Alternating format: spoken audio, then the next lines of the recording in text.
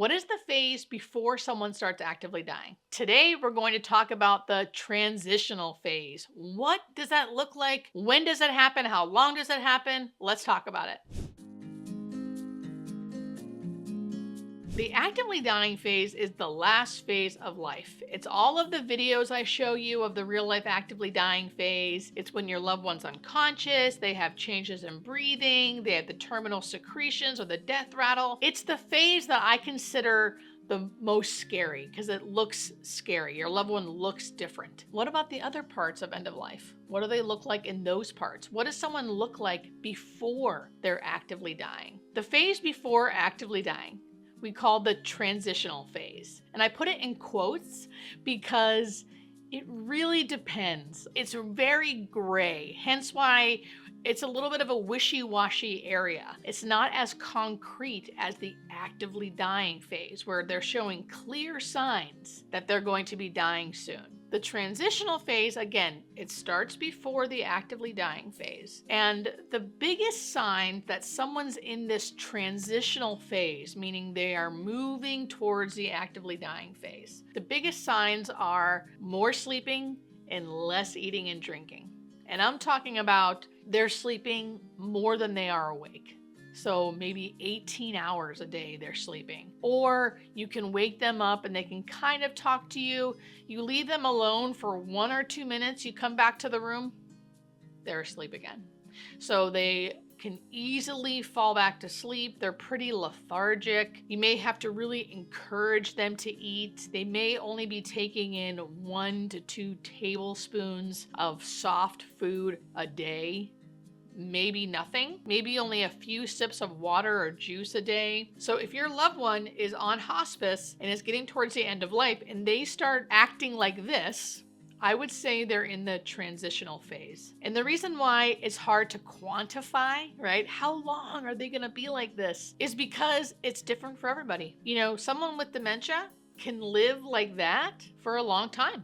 I'm talking a month, 2 months. Someone with advanced end-stage cancer, probably a little shorter of time because their body is shutting down quicker. But if you notice that they are sleeping more than they are awake and barely eating and drinking, I would say they're getting close to, or maybe they are in the transitional phase. Now, what do you do about this? Nothing.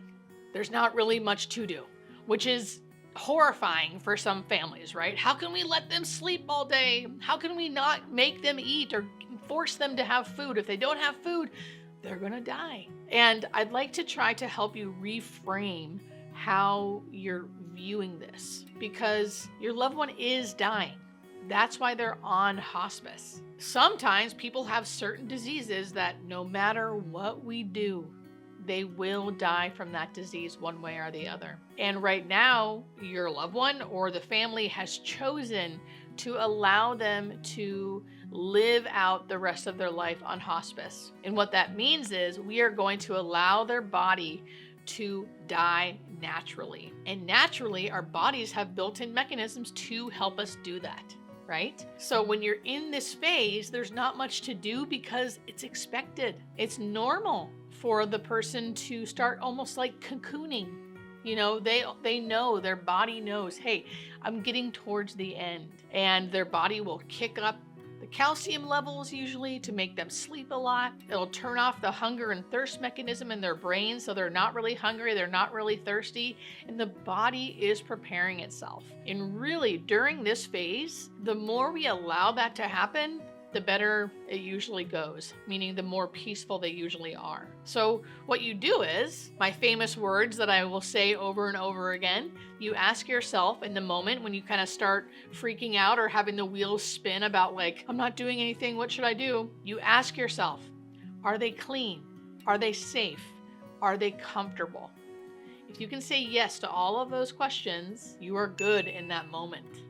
You can always offer food and water. Offer them their favorite things. Do you want some chocolate ice cream? Do you want a milkshake? Do you want cut up strawberries? Whatever. I usually offer soft foods because soft foods are easier to eat. Do you want mashed potatoes and gravy? I know I would want that, I think, at the end of my life. Mashed potatoes and gravy sound good. So you offer these things and maybe they'll take a couple bites or maybe they won't. It just depends. You never force, but you can offer these things. So you offer it. If they want it, great. If they don't, that's okay too. Now, maybe you're asking yourself, how the heck do I know if they're clean, safe, and comfortable? When I say clean, I usually mean like they don't have a wet brief or a soiled brief.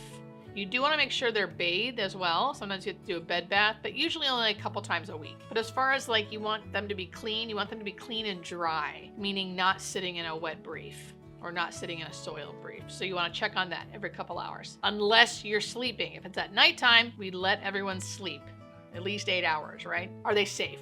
Meaning, are they comfortably laying in a bed that they're not going to fall out of? Are they in a chair and are they sitting in it okay? Or are they in a chair and kind of slumped over? If they're in a chair and kind of slumped over, they might not be safe.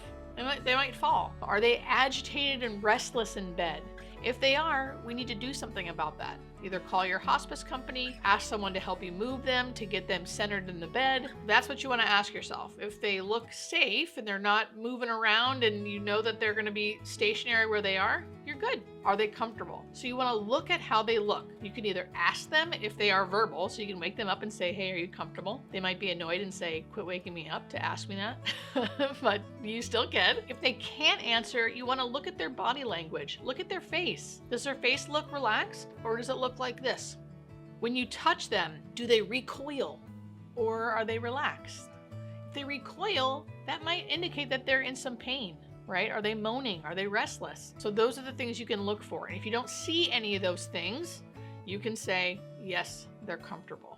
So the transitional phase is a gray phase, right? It's not very black and white. When I love living in the black and white, I feel comfortable in the black and white. I know what to expect in the black and white. It's either this or this, right? The transitional phase is not that.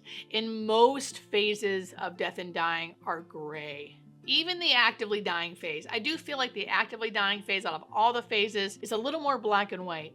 We know how long it usually lasts, you know. Everyone surprises me every once in a while, but usually it's a few days. Someone's in the actively dying phase, right? They have the same symptoms. They're usually unconscious. The changes in breathing, changes in skin color, the death rattle. This transitional phase, like I said, can last a month, 2 months, 2 weeks. It kind of depends. In any phase of the end of life journey, I ask you to try to be in the day that you're in, right? And kind of act like every day might be the last day. And not in a panic way, but in a to be fully present way, right? Are they clean? Are they safe? Are they comfortable? If the answer is yes, then you just be. And be with them as much as you can, and then take care of yourself as much as you can. You know, it's almost like a baby. Like when you have a newborn baby, you kind of sleep when they sleep. I would suggest you do the same. You know, nap when you can nap, shower when they're asleep, take care of yourself, feed yourself, get out of the house, have someone else come watch your loved one. Understanding that the body is built to die and can help us do it, to me, is comforting. That was one of the most comforting things I learned as a new hospice nurse. And one of the main reasons why I don't fully fear death now, because scientifically, biologically, our bodies take care of us. So remember that when your loved one's in the transitional phase. Remember, a lot of sleep and not a lot of eating and drinking is happening during this time. The more you allow your loved one's body to be the guide, the better they will usually do. And the better you will hopefully feel because you're respecting what they and their body needs.